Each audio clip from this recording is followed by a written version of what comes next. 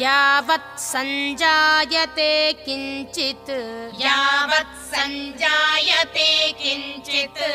सत्त्वं स्थावरजङ्गमम् क्षेत्रक्षेत्रज्ञसंयोगात् तद्विद्धि भरतर्षभ समं सर्वेषु भूतेषु तिष्ठन्तं परमेश्वरम् विनश्यत्स्व विनश्यन्तं यः पश्यति स पश्यति समं पश्यन् हि सर्वत्र समवस्थितमीश्वरम् न हि नस्त्यात्मनात्मानं ततो याति परां गतिम् प्रकृत्यैव च कर्माणि क्रियमाणानि सर्वशः यः पश्यति तथात्मानम् अकर्तारं स पश्यति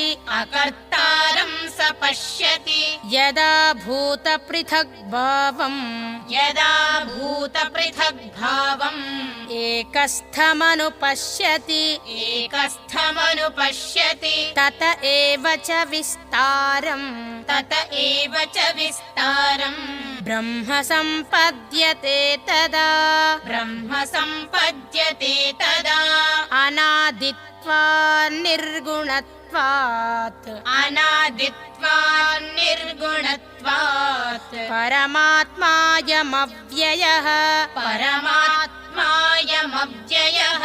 शरीरस्थोऽपि कौन्तेय न करोति न लिप्यते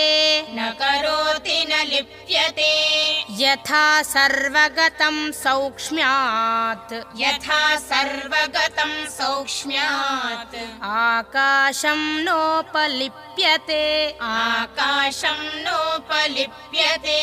सर्वत्रावस्थितो देहे तथात्मानोपलिप्यते यथा प्रकाशयत्येकः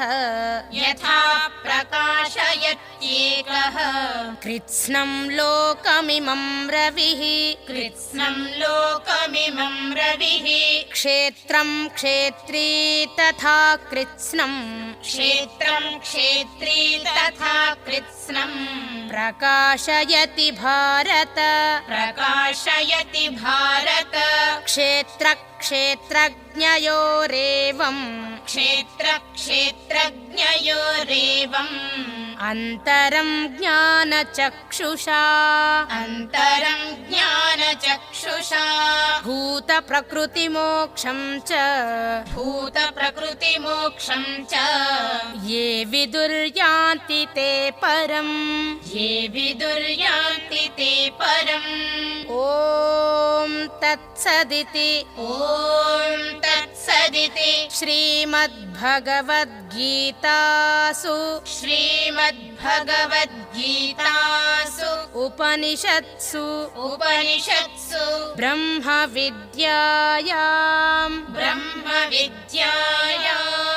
योगशास्त्रे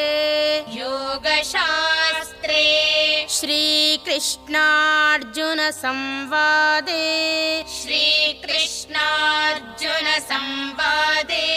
क्षेत्रक्षेत्रज्ञ विभागयोगो नाम